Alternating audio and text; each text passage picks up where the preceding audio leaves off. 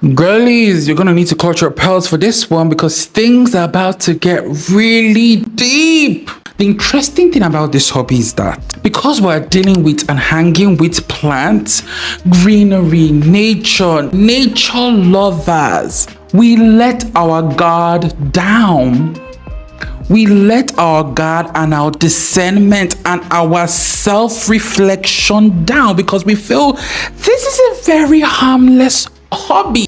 So it disarms us and it prevents us from discerning the toxic attributes that some people have in this hobby, and because we're also going to be removing the log in our eyes before we remove the speck in someone else's, it also prevents us from being aware of some of the toxic traits we as plant people can exhibit. But when this blue book is here, we're about to go there. I'm going to be talking about ways to know when you have become that toxic plant person.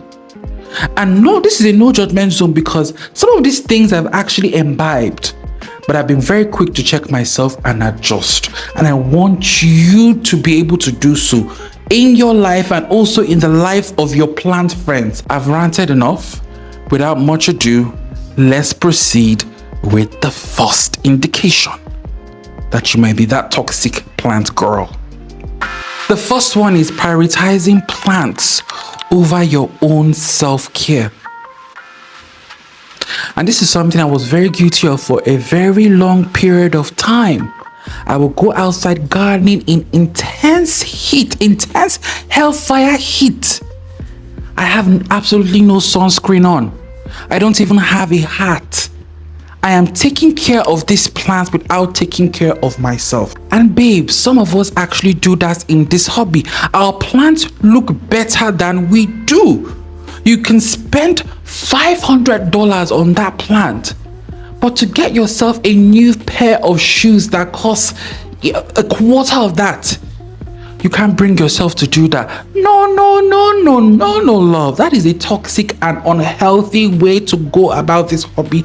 And babes, we need to stop doing that. You need to take care of yourself first before you can take care of anyone and anything else. Before you water that plant, ask yourself, have I had a glass of water to drink today? Before you nourish that plant, ask yourself, have I actually had a nourishing meal?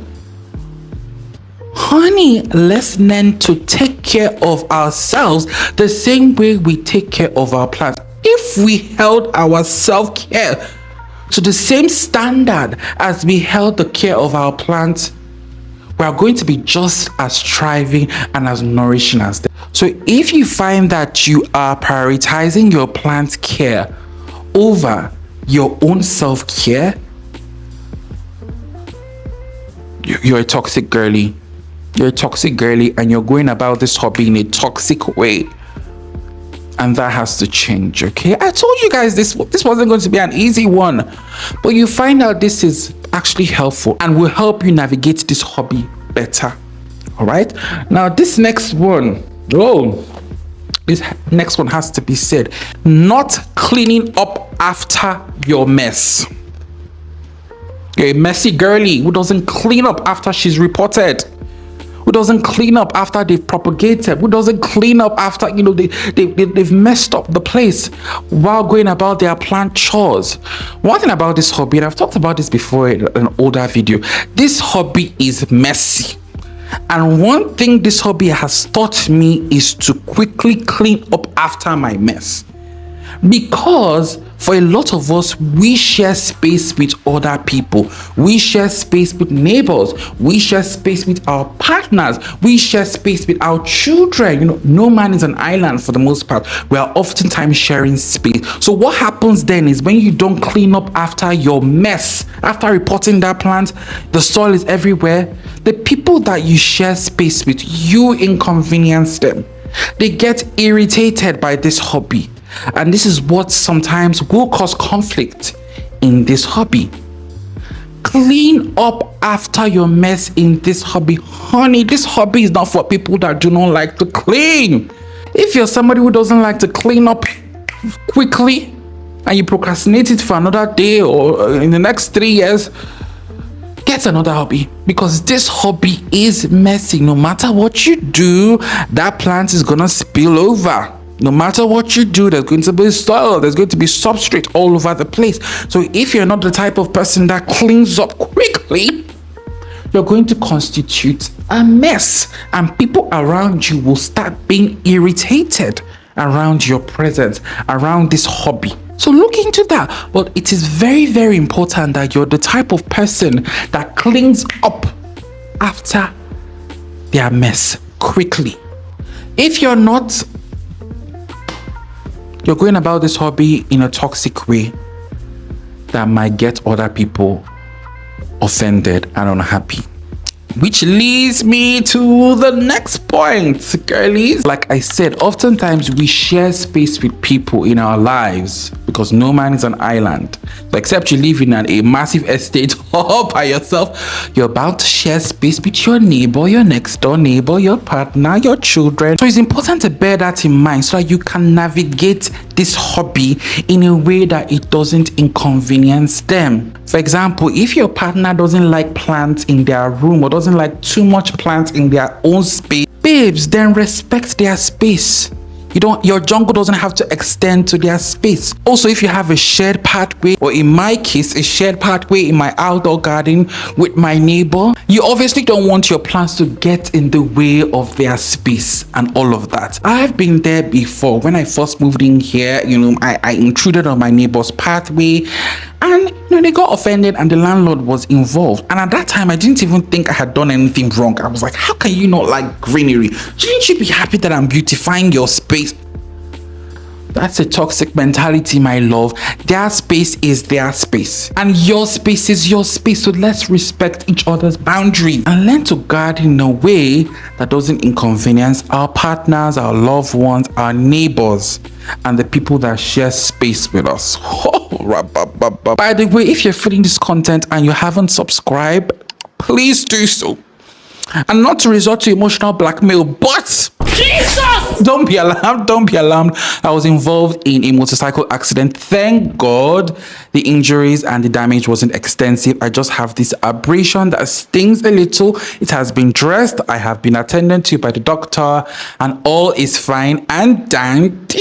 But a few bruises is not going to stop your boy from continuing to make awesome content for your entertainment. So please show some appreciation by subscribing to the channel. And if the Lord touches you to donate, because hospital bills are quite expensive, you can do so by donating to my Buy Me a Coffee or being part of my YouTube membership, where I upload bonus and exclusive content for my hardcore girlies. Yeah, so okay, let's proceed with the next point.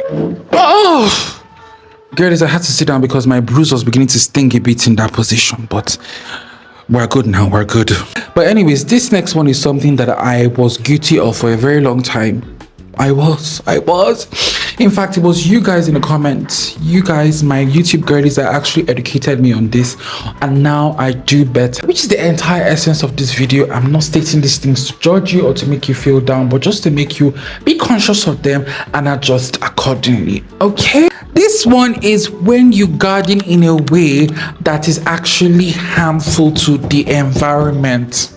Yeah, because in as much as this hobby of ours has so many environmental benefits, has so many benefits to the mind, to the soul, to the spirit, if you are not careful, you can actually go about it in a way that ends up being literally toxic to your environment. A great example of this is me. So the bulk of my plants actually grew outdoors. I used to have the hobby of quickly resorting to a systemic pesticide for every and any pest issue outside. Like, I saw how effective using a systemic pesticide was for pest issues that I literally would use it at the slightest issue.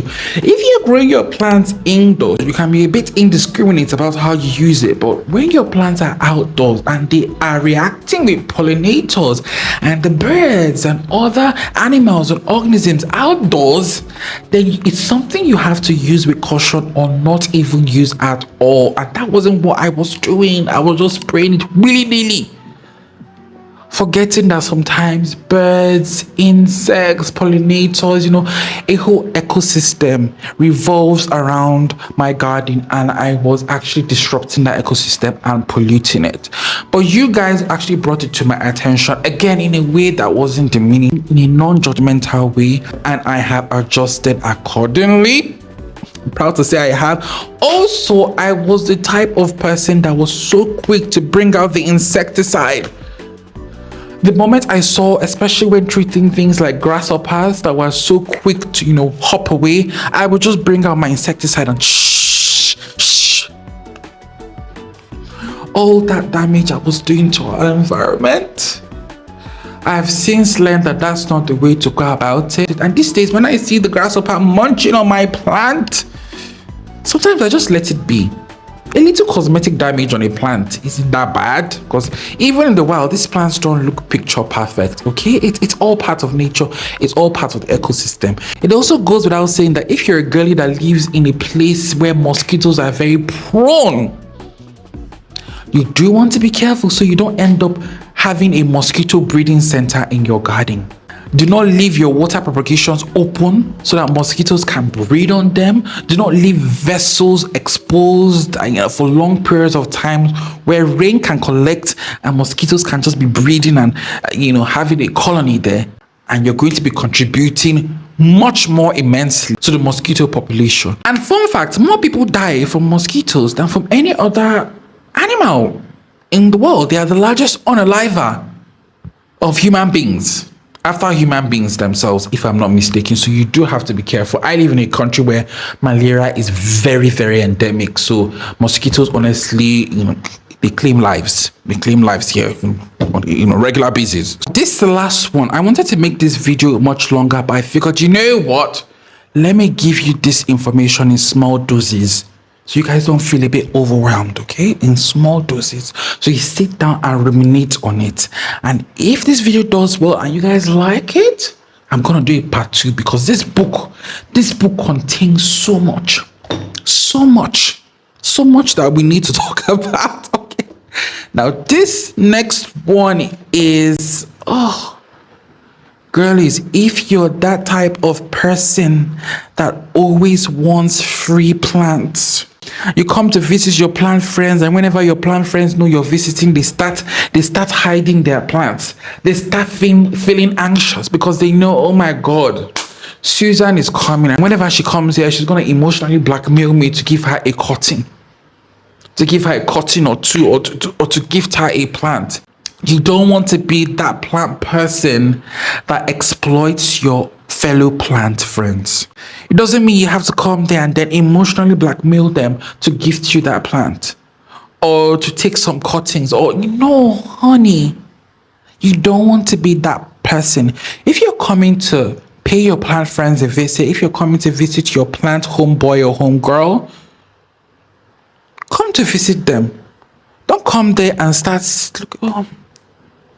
can I just have a cutting of that? Can I just no, you put them in an awkward situation, because it's not always nice when people have to keep saying no to you, or have to keep saying no. You don't want that, okay? You don't want to be that type of person, okay? So yes, check yourself. Just because you're visiting a friend that has so many plants and has a large collection doesn't mean you have to live there with free cuttings. And the interesting thing is that plant people are actually quite generous. We are very generous people. So we might even be the one that will offer and be like, oh, do you want this? Sure, you can have it. You can have it. There's love in sharing, all that good stuff. But at the end of the day, it is not an obligation. It is not your birthright. And that shouldn't be the main reason why you stop over at your plant friend's house. You don't want to be that girl. All right, so ladies and gentlemen, we have come to the end. I'm really, really curious to know your thoughts. Do you agree with me? Do you agree with me that these are toxic attributes that we sometimes innocently exhibit in this hobby of ours? Remember, like I said, this hobby is so disarming that for the most part, we're not conscious of these things. We don't know that we're exhibiting these toxic traits. But videos like this are important because they put you in check. All right. So let me know your thoughts in the comments. And if you enjoyed this video, like, share, all that good stuff. And I will see you in the next one. Bye, my loves.